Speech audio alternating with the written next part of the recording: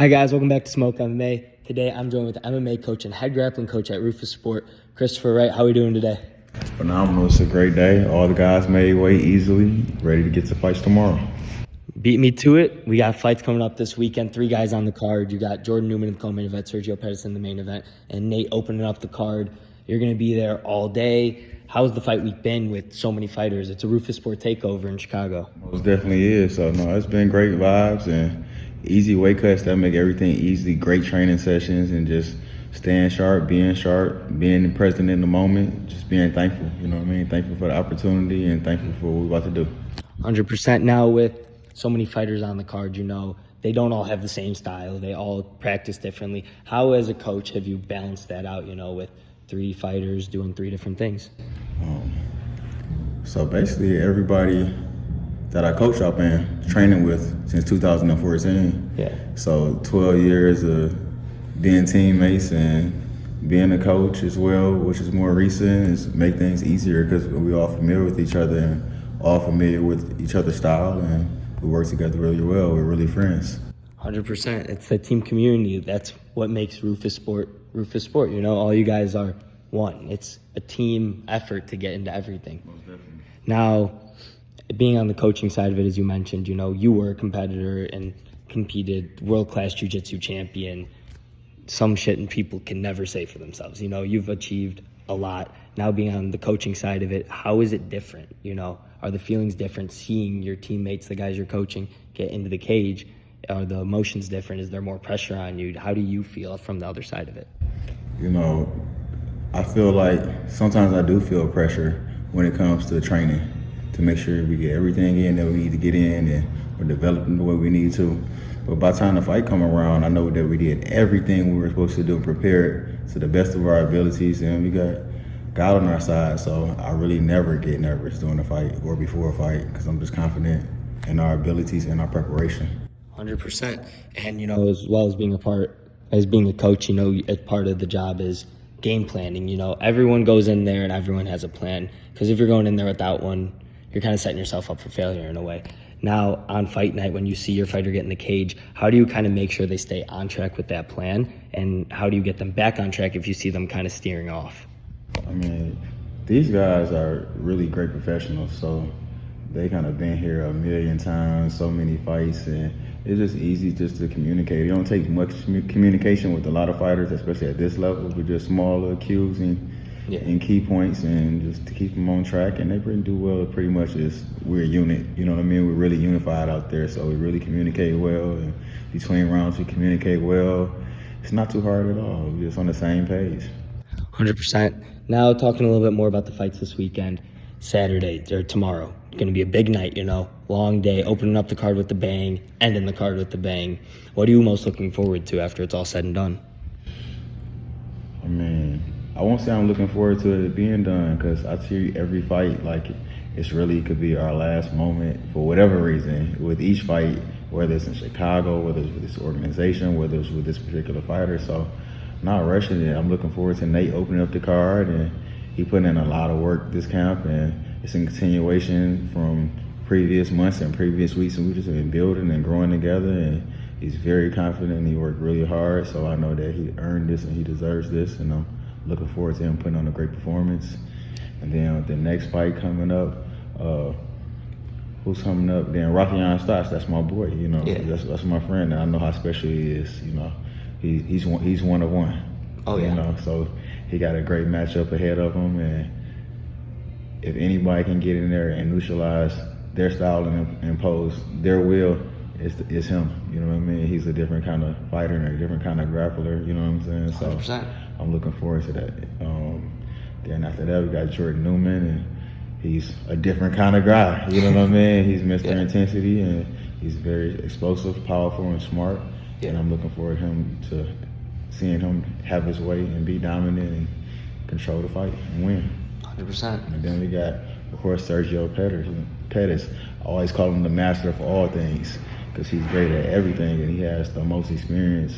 You know, and he's done so much in MMA. Yeah. You know what I mean? As far as even in the PFL now, Bellator, UFC. You know what I mean? He's a shining star and he's a superstar. And to me, he's the best fighter in the world. And to most people in that weight class, he is the best fighter in the world. So I'm looking forward to him continue to show that, continue to show dominance. And he's in a great mental space, and he's ready to go kill it. 100%. It's amazing. I could see from being back here with you guys the amount of hard work and effort you put in. You getting in there, like when I was watching you train with Nate yesterday, always learning, always helping him improve, like teaching him how to get out of the armbar in a different way that he didn't know, wrapping that arm around the head. It's the little tweaks here and there. It's the attention to detail that separates you guys. And so with everything, I wanted to ask you personally, what's your favorite submission in MMA? My favorite submission in MMA, I like the guillotine. Yeah. And I like the guillotine. When you watch it in MMA, most likely it's going to fail. Mm-hmm. But a lot of times where it fails at is the lack of preparation for the transition. Mm-hmm. So if you can always understand what the counter would be, and you prepare with your counter to the counter, and you got the reps in, and you can make those adjustments rather than having the guillotine and letting it go and end up being on your back, as opposed to maybe throwing up the triangle, you know what I mean, when they're fighting the hands, or maybe you got the shin across, foot over the hip, and then you got a tight grip with the hands, your chin in tight, hands in tight, and you feel like you're close, but you ain't really getting it to where you want. Maybe you bring the other knee on the ground, slide it to a closed guard, put the foot on the hips, finish it that way. Maybe they start posturing up to relieve pressure, then you switch to maybe butterflies, pulling them in, extending them away. Yeah. Maybe attack a guillotine from there, or go for a sweep, you know what I mean? So many different things to be prepared for, so I do love the guillotine. Just at a higher level than sometimes what is used in MMA. Yeah. So just hearing you talk about jiu-jitsu, MMA, all of it, student of the game, I could tell you're in love with the sport, and I just wanted to know what got you involved in the sport. What is your story? I went to college at the University of Tennessee, and I walked on and I did 1 year cross country, and one of my classmates, Joey Zonar, he asked me if I wanted to try some martial arts. I had hurt my ankle really bad in my sophomore year in the summer, so I could only run on the intramural field. So he asked me to come try some martial arts, and I went over to the Eric Turner garage at his house. There's a little small garage, started teaching me some stuff, and my best friend, Ovin St. Preux, who fought in the UFC and fought John Jones for the title and had a great career and still continuing on to have a great career, I invited him to the garage, and then I was still in school, but he started fighting, and I started to go to his fights, and he was 10-0 amateur, and it got me excited. As soon as I graduated, I'm in here with you, and that's how I started. That's amazing. And what do you see as the best part of MMA? As a coach, you obviously you got the very young kids, and then all the way up to professional athletes and everything. What's the lesson that you want to tell kids starting in MMA, youth kids who want to get into it but don't know if they should? Well, my kids right now are 6 years old. That's my son, Teo. And then I got my oldest son, that's Roman. He's 9 years old. And my daughter, Zena, she's 8 years old. And they all train martial arts. So the boys train wrestling. My girls train wrestling. They all train MMA. And it definitely helps with their confidence and their discipline. You know what I mean?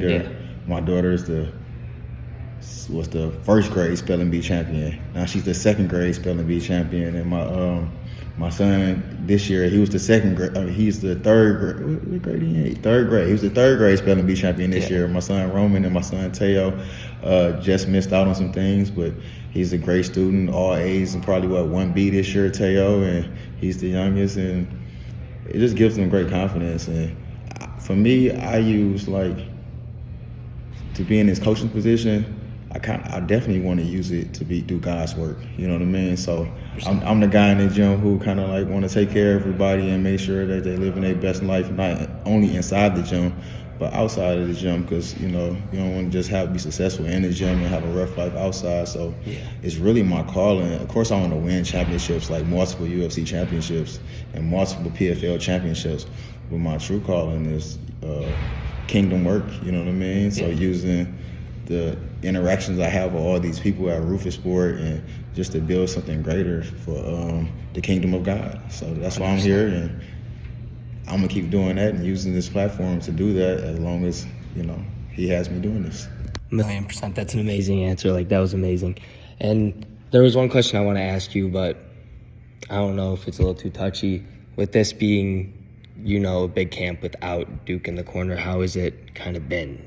At the gym, how has the dynamic kind of changed? Because when I talked to a few of the guys, I talked to Nate or at Sergio at Media Day, and he said it's like he's there, but he isn't there. And we're all sitting talking, sharing stories, because they all say how Duke used to talk and talk and talk, and he loved talking and telling everyone stories. So that's what you guys had started doing. You guys all sit down and share stories back and forth. I just want to know what the dynamic had been, if that's all right.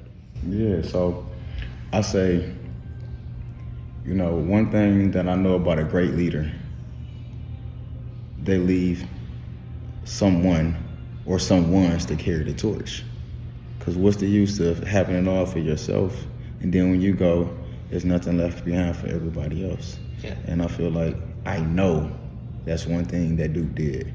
He made sure that I was in a position as a leader. It wasn't like a coach under him. You know what I mean? Like, me and Kush was never the coach under him. We were all right next to each other. So all great leaders, you know what I mean? Yeah. So rather than having 3 head coaches, we had 2 head coaches. So of course, you know, we definitely miss Duke, and he brings something that nobody in this world can. It's only one Duke Rufus, you know what I mean? He's one of the most legendary coaches of all time. I moved 100%. From Tennessee to Milwaukee just to train with Duke Rufus, you know what I mean? Yeah. So that's how legendary he is. So he taught me a lot, and I continue to pass that on. Kush continues to pass it on. Serge continues to pass it on. So as a team, we've all learned so much, and he put us in positions of leadership to keep things going, you know. Yeah. Even when he was coaching with us, you know, we kind of all did our own thing as coaches and just came together, and we were all on the same pages. So it was, you know, definitely miss him, but he definitely made sure he left us in a strong position to carry it on without a problem. 100%. That's amazing. Well, that's everything I had for you. Thank you so much for doing the interview with me, my man. Yep.